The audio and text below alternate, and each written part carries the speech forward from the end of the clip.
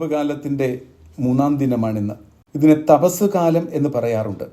അതായത് തപിക്കപ്പെടുന്ന കാലം, ചൂടാക്കപ്പെടുന്ന കാലം, ചൂടിൽ രൂപാന്തരീകരിക്കപ്പെടുന്ന കാലം.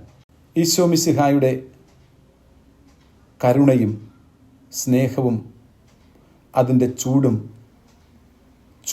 അനുഭവിച്ച് നമ്മെ തന്നെ രൂപാന്തരപ്പെടുത്തി സ്നേഹത്തിൻ്റെയും സമാധാനത്തിൻ്റെയും നിത്യതയുടെയും സന്ദേശവാഹകരായി നമ്മെ രൂപാന്തരപ്പെടുത്തുന്ന കാലമാണ് ഈ തപസ് കാലം. ആത്മാവിൻ്റെ വസന്തകാലം ഇവിടെ ആരംഭിക്കുകയാണ്. നോമ്പ് എല്ലാ മതങ്ങളിലും കാണാം. വൈദ്യശാസ്ത്ര വിധി പ്രകാരം ചിലർ നോമ്പാചരണം നടത്തുന്നു. ശാരീരിക ക്ഷമതയ്ക്ക് വേണ്ടി ചിലർ നോമ്പാചരണം നടത്തുന്നു. തിന്മയെയും തിന്മ നിറഞ്ഞ ജീവിതത്തെയും അകറ്റാനായി നോമ്പും ഉപവാസവും നടത്തുന്നവരുമുണ്ട്. അശുദ്ധാരൂപിയെ അകറ്റാനുള്ള ഒരു മാർഗമായി ഉപവാസം നടത്തുന്നത് ഫലപ്രദമാണെന്ന് സെനോക്രാറ്റസ് എന്ന തത്വശാസ്ത്രജ്ഞൻ ഉപദേശിച്ചിരുന്നു. ഈശ്വര സമ്പർക്കോപാധിയിൽ ആത്മരക്ഷയ്ക്കായി പൂർണ്ണ മനസ്സോടെ ഭക്ഷണം ഉപേക്ഷിച്ച് ജീവിക്കുന്നതിനും നോമ്പ് എന്നും ഒരു കാലത്ത് പറഞ്ഞിരുന്നു. നോമ്പിൽ ഭക്ഷണ ക്രമീകരണം എല്ലാ മതങ്ങളിലും സാധാരണമാണ്.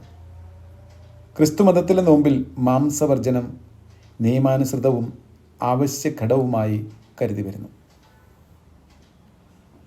ഉൽപ്പത്തി പുസ്തകത്തിലെ ആദി മാതാപിതാക്കന്മാരുടെ ഭക്ഷണാസക്തി നോമ്പിനും ഉപവാസത്തിനും അടിസ്ഥാനമാണെന്നാണ് പൗരസ്ത്യ സഭാപിതാവായ വിശുദ്ധ അപ്രേം സമർത്ഥിക്കുന്നത്.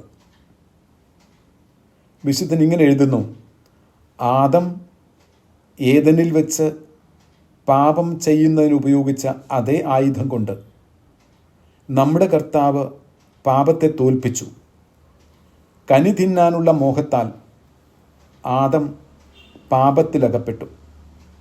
ഭക്ഷണത്താൽ വഴിതെറ്റിയ സാത്താനെ ഭക്ഷണത്തിൽ നിന്ന് അകന്നുള്ള ഉപവാസം വഴി ഈശോ തോൽപ്പിച്ചു. ഇതാണ് വിശുദ്ധ അപ്രേമിൻ്റെ വാക്കുകൾ. ഭക്ഷണം മൂലം പാപം കടന്നു വന്നു. അതുകൊണ്ട് ഭക്ഷണം ഉപേക്ഷിച്ചും ഭക്ഷണം ക്രമീകരിച്ചും പാപത്തിൽ നിന്നകലാനുള്ള മാർഗമായി നോമ്പും ഉപവാസവും ജീവിതചര്യയായി കടന്നു വന്നു തുടങ്ങി. ഭക്ഷണം പോഷിപ്പിക്കുന്ന ശരീരത്തെ ഹനിച്ച് ആത്മാവിനെ വളർത്തുക എന്ന മധ്യകാല ആത്മീയ ശൈലി നോമ്പിനും ഉപവാസത്തിനും ഒരു പ്രത്യേക വിധത്തിൽ പ്രാധാന്യം കൊടുത്തു.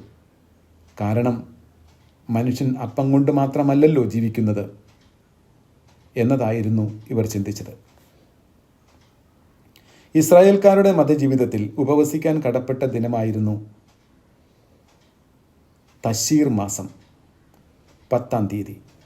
അന്നായിരുന്നു യോം കിപ്പൂർ പാപപരിഹാര ദിനം ആചരിച്ചിരുന്നത്.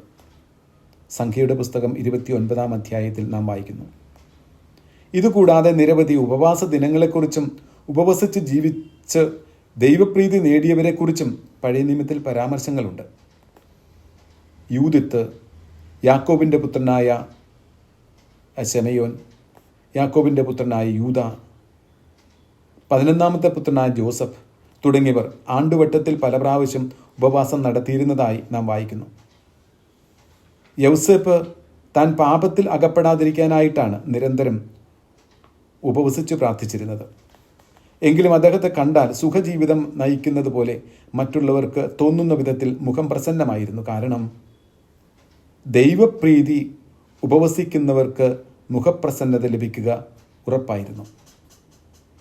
തീഷ്ണമതിയായ യഹൂദർ ഇന്നും തിങ്കളാഴ്ചയും വ്യാഴാഴ്ചയും ഉപവസിക്കുന്നു. മോശ ദൈവത്തെ ദർശിക്കാൻ പ്രാർത്ഥിച്ച് ഒരുങ്ങി. ഇസ്രായേൽ ജനത്തിന് കൽപ്പനകൾ നൽകാനായി മോശ വന്നിറങ്ങിയപ്പോൾ അവർ കാളക്കുട്ടിയെ ഉണ്ടാക്കി ആരാധിക്കുന്നതാണ് കണ്ടത്. ഈ ജനത്തെ പാപത്തിൽ നിന്ന് രക്ഷിക്കാനായി മോശ വീണ്ടും മലമുകളിൽ കയറി 40 ദിവസം ഉപവസിച്ചു പ്രാർത്ഥിച്ചു. പുതിയ നിയമ ജനതയുടെ ഉപവാസത്തിന് അടിസ്ഥാനം ഈശോയുടെ 40 ദിവസത്തെ ഉപവാസമാണ്. തൻ്റെ ഐഹിക ജീവിതത്തിൽ സ്വർഗീയ പിതാവ് മാത്രം അറിയുന്ന രീതിയിൽ ഉപവസിക്കാൻ കർത്താവ് ഉപദേശം നൽകി. മത്തായിയുടെ സുവിശേഷം 6-ാം അധ്യായം 16, 17, 18 വാക്യങ്ങളിൽ നാം വായിക്കുന്നു.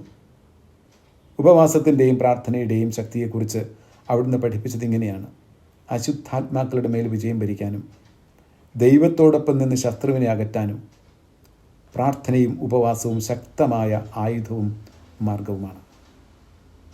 ഉപവാസം തീക്ഷ്ണതയോടെ നടത്തേണ്ട ഒരു ആത്മീയ ജീവിതചര്യയാണ്. മനസ്സിൽ തിന്മയോടും പാപാവസ്ഥയിലുമുള്ള ഉപവാസത്തിന് ദൈവത്തിനു മുമ്പിൽ വിലയുണ്ടാവില്ല എന്നാണ് പ്രവാചക വചനം. ഉപവാസം കേവലം ഭക്ഷണത്യാഗമോ ചാക്കുവസ്ത്രം ധരിക്കലോ അല്ല, സർവശക്തനായ ദൈവത്തിലുള്ള ആഴമേറിയ വിശ്വാസത്തിൻ്റെയും ആശ്രയബോധത്തിൻ്റെയും പ്രകടനമാകണം. ദൈവനാമത്തിൽ ഉറച്ചു വിശ്വസിച്ചുകൊണ്ട് ദൈവരാജ്യം അന്വേഷിക്കാനുള്ള പ്രയത്നമാണ് ഈ 40 ദിവസം നാം നടത്തുന്ന നമ്മുടെ യജ്ഞം, ഉപവാസവും പ്രാർത്ഥനയും ദാനധർമ്മവും. അതിന് നമ്മെ തന്നെ ഒരുക്കാം, ശക്തിപ്പെടുത്താം.